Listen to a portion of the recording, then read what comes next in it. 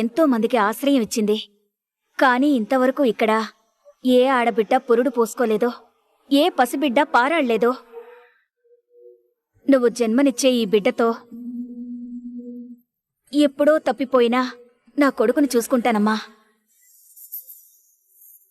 ఈ రోజుల్లో కూడా ఇంత మంచి వాళ్ళుంటారా? ఏ సంబంధం లేకపోయినా నన్నింత బాగా చూసుకుంటున్నారు. నాకు ఈవిడికి ఏదో అనుబంధం ఉన్నట్లు ఇంత ప్రేమ చూపిస్తున్నారు. ఏమైందమ్మా? ఏం ఆలోచిస్తున్నావు? ఏం లేదండి. చెప్పమ్మా. నేను ఈ బిడ్డని కనలేనండి.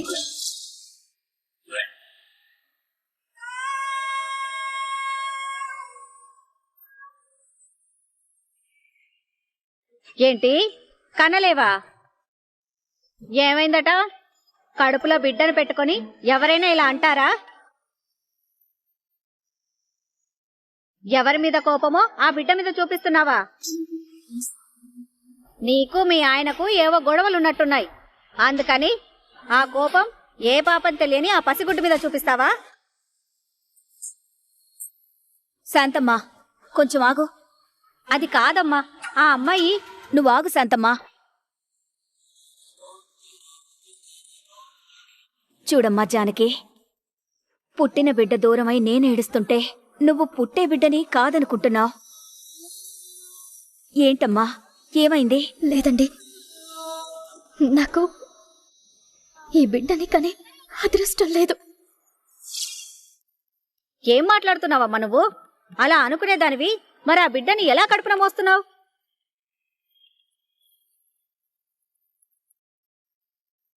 శాంతమ్మా, నువ్వు కాసేపు అరవకుండా ఉంటావా? సరేనమ్మా, నేనస్సలు మాట్లాడను. అంతా మీరే మాట్లాడుకోండి.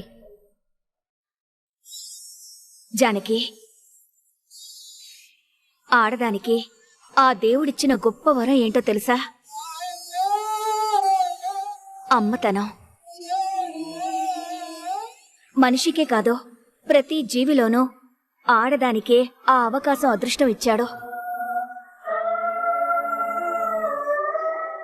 నవమాసాలు బిడ్డని కడుపులో మోస్తూ పుట్టబోయే బిడ్డ గురించి తలుచుకుంటుంటే మనకొచ్చే ఆనందం మాటల్లో చెప్పలేమమ్మా.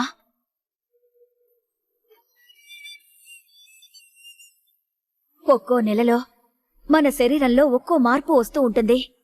బిడ్డ ప్రతి కదలిక మనకో అద్భుతంగా ఉంటుంది.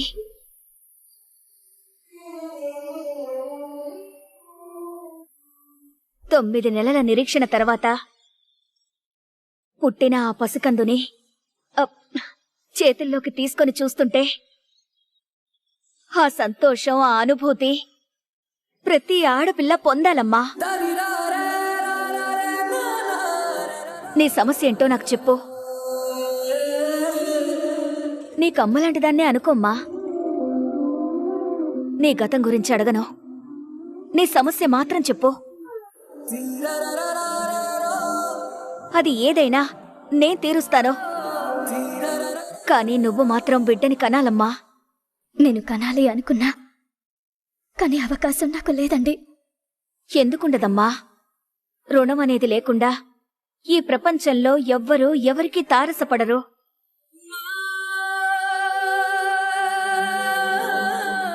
ఏ బంధం లేకుండా ఆ బిడ్డ నీ కడుపున పడదు. నువ్వు వద్దన్నా సరే ఆ రుణానుబంధం నీ చేత ఆ బిడ్డని కననిస్తుంది. నిన్ను అమ్మా అని పిలిపిస్తుంది.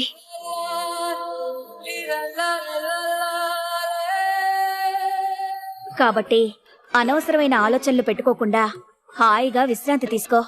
శాంతమ్మా, నువ్వు అమ్మాయిని జాగ్రత్తగా చూసుకో. సరేనమ్మా, నువ్వు లోపలికి వెళ్ళి రెస్ట్ తీసుకో.